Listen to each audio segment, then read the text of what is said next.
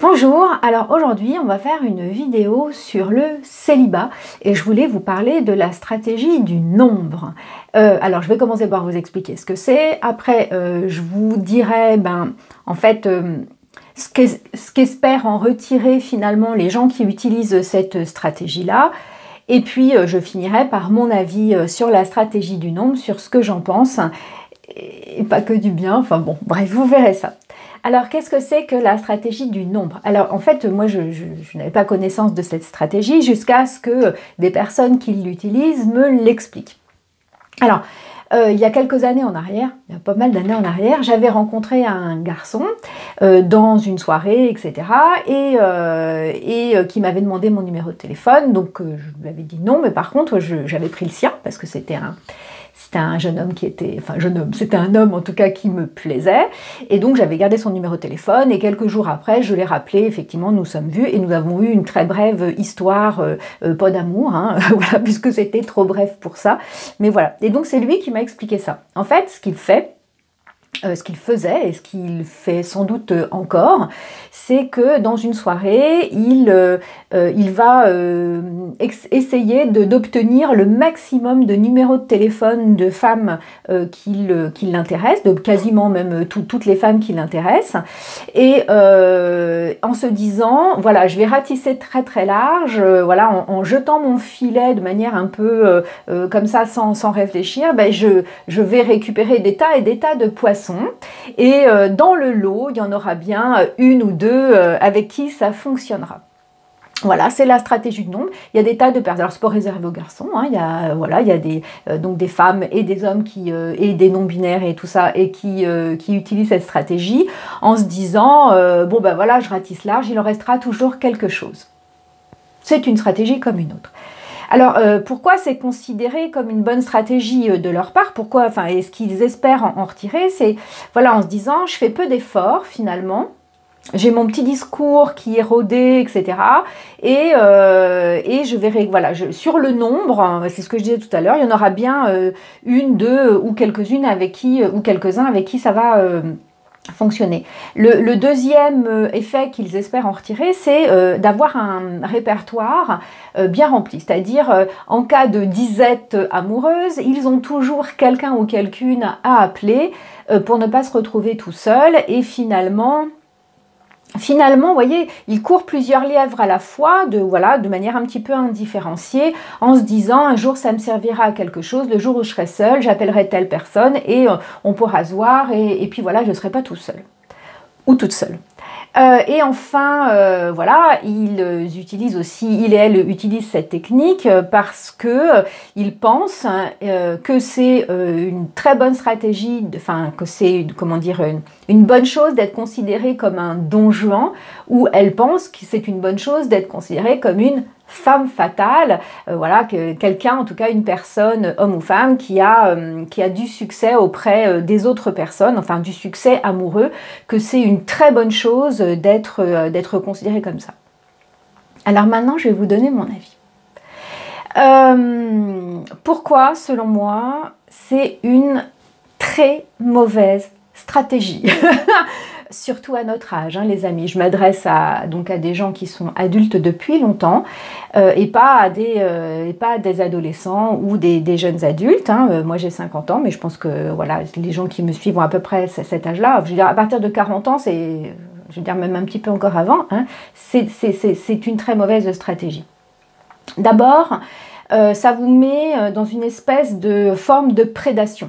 Voilà, si vous utilisez cette stratégie, finalement, vous partez à la chasse à l'homme, à la chasse à la femme, vous êtes le prédateur, prédateuse, ça n'existe pas, en tout cas, vous avez une fonction de prédation, en fait, envers les autres, et ça, c'est pas très subtil, d'abord. Et puis, c'est un petit peu bizarre de considérer les autres comme des proies, potentiel, parce que en tout cas moi je n'estime pas que les relations amoureuses sont des relations de prédateur à proie. Ça me paraît très malsain en fait comme façon de voir les choses. Et puis par ailleurs ça témoigne d'un grand manque de maturité, et là j'utilise une litote vous voyez, Parce que clairement, quand tu as 40, 50 ans, même 30, à partir de 30 ans, en gros, quand on utilise encore cette stratégie, oui, c'est qu'on ne sait pas faire autrement. Vous voyez, on est sans discernement, sans... et ça, voilà. Donc, en gros, on reste... Enfin, ça témoigne du fait qu'on ne respecte pas les autres en tant qu'individu. Hein, voilà, ça c'est sûr et certain. Mais qu'on ne se respecte pas non plus soi-même. Parce que, clairement, c'est le signe... Enfin voilà, celles et ceux qui pratiquent cette technique pensent, comment dire, que c'est se montrer avec beaucoup d'assurance, etc. Alors que clairement, quand on utilise cette stratégie, c'est un manque flagrant d'estime et de confiance en soi, clairement, et d'assurance. Quel adulte complètement constitué utilise ce genre de stratégie? Eh bien, des gens qui manquent de maturité, clairement. Parce que ils considèrent encore les relations amoureuses comme cette espèce de chose, de course à la domination, de course à la proie, etc. C'est bon, c'est pas un jeu. Les autres ne sont pas notre terrain de jeu, en fait. Donc, se respecter et respecter les autres, c'est aussi faire en sorte de prendre du temps pour découvrir qui ils et elles sont, de prendre du temps pour se découvrir aussi soi-même et savoir ce qu'on veut dans la vie exactement. Voilà, à vrai dire, avoir des relations sexuelles avec tout un tas de personnes, c'est pas un signe de bonne santé mentale. Enfin, non, enfin, pas à 50 ans en tout cas. Alors oui, alors il y a des exceptions évidemment. Hein. Quand je dis tout un tas, c'est pas 5-6.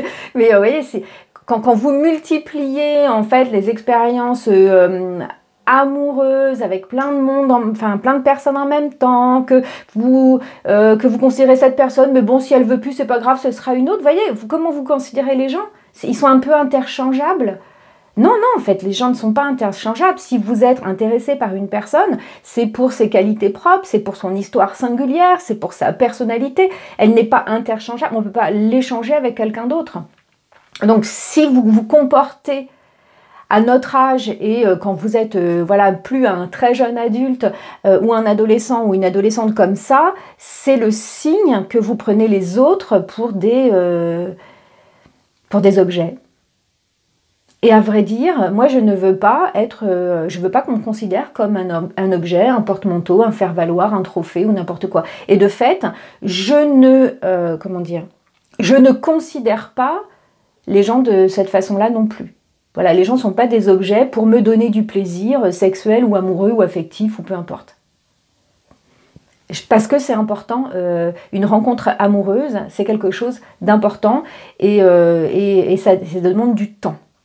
Voilà, alors ça demande du temps. Et alors dans les stratégies, d'ailleurs dans les effets, enfin ce qu'on m'a rapporté, ce que cet homme m'avait rapporté entre autres, c'est que c'était pour lui un gain de temps. Alors, ben non monsieur, c'est exactement le contraire, c'est une perte de temps. Si votre objectif c'est de rencontrer quelqu'un, un partenaire ou une partenaire de vie pour faire votre vie avec lui, pour partager des choses, pour construire une histoire, et puis plein d'autres choses, hein. Voilà, dans un couple il se passe des tas de choses, ça pourrait être fonder une famille, bon moi je n'ai plus tellement l'âge de fonder une famille, quoique ça pourrait être une famille recomposée éventuellement, enfin clairement c'est une perte de temps d'agir comme ça, parce que le fait de courir plusieurs lièvres à la fois, ça vous disperse, n'importe quoi, ça vous disperse.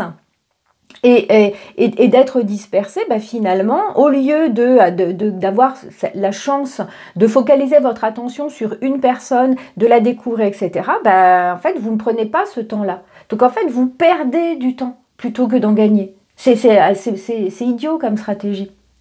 Et puis enfin, pour moi, c'est aussi, ça peut entraîner le fameux syndrome l'herbe est toujours plus verte ailleurs, qu'on observe beaucoup chez les personnes qui trouvent leur partenaire sexuel et leur partenaire de vie éventuel sur des sites internet. il y a des gens qui, une fois qu'ils sont sur un site internet, bah voilà, c'est pareil, la stratégie de, voilà, on ratisse large, il en restera toujours quelque chose, hein, voilà. Et puis, parfois, ils commencent une histoire avec quelqu'un, mais ils ne se désinscrivent pas du site internet en se disant, bah j'en garde sous le pied. Hein, voilà, une poire pour la soif, éventuellement, si cette personne, ça ne convient pas, j'aurai au moins toujours les autres. Bah oui, mais du coup, vous laissez zéro chance à la personne et vous vous laissez zéro chance finalement de la découvrir. Donc pour moi, c'est une très mauvaise stratégie, vous l'aurez compris, la stratégie du nombre, c'est même, non seulement c'est pas bien, moralement, parce que les autres ne sont pas des objets, mais c'est pas bien pour vous non plus, en fait, pour votre santé mentale, parce que c'est... hein, à 50 ans, quelqu'un, c'est pathétique.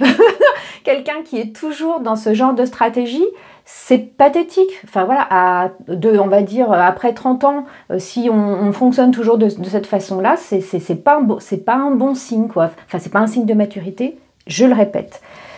Donc, en conclusion, bah en gros, vous faites comme vous voulez. Voilà.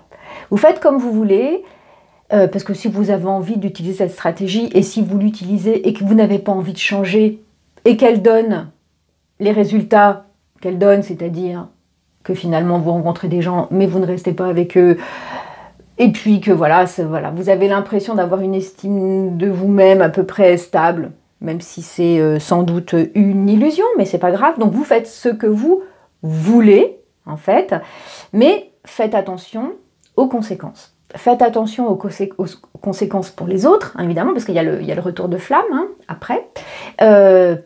Le retour de flamme pour vous aussi. Faites attention au boomerang pour votre estime, mais aussi pour, voilà, si vous évoluez dans les mêmes milieux, dans des petites villes, etc., ou même dans des grandes villes, vous savez la réputation de quelqu'un. Moi, il n'y a pas longtemps, il y a un homme de mon âge, enfin un petit peu plus âgé, mais on va dire de mon âge, assez séduisant, etc., qui clairement m'a fait du rentre-dedans, voilà, sauf que ce monsieur en question, qui est vraiment bien, hein, voilà, et puis qui, on va dire, aurait pu me plaire si je n'avais pas connu sa réputation.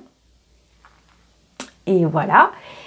Et clairement, ça ne m'intéresse pas. Donc, si vous agissez comme ça, faites attention aux conséquences pour les autres et aux conséquences pour vous, votre estime, votre confiance et votre assurance, finalement, mais aussi faites attention à ce qui va se passer après, parce que bah, du coup, avoir cette réputation, n'importe quoi, cette réputation là de, on va dire, de pseudo-don Juan, de femme fatale, qui est partout, partout et nulle part, finalement, ben, en faisant ça, vous vous éloignez naturellement, enfin, vous éloignez de vous, plutôt naturellement, des personnes qui pourraient potentiellement être de bonnes personnes pour vous. Voilà, moi je vous dis ça, vous prenez, vous jetez, c'est votre affaire, et moi en tout cas je vous dis à très bientôt pour une prochaine vidéo qui portera comme d'habitude sur le célibat, comme celle-ci, sur la réorientation professionnelle, sur la ménopause, mais aussi sur le fait d'avoir 50 ans, parce que c'est chouette d'avoir 50 ans. Allez, je vous dis salut et à bientôt.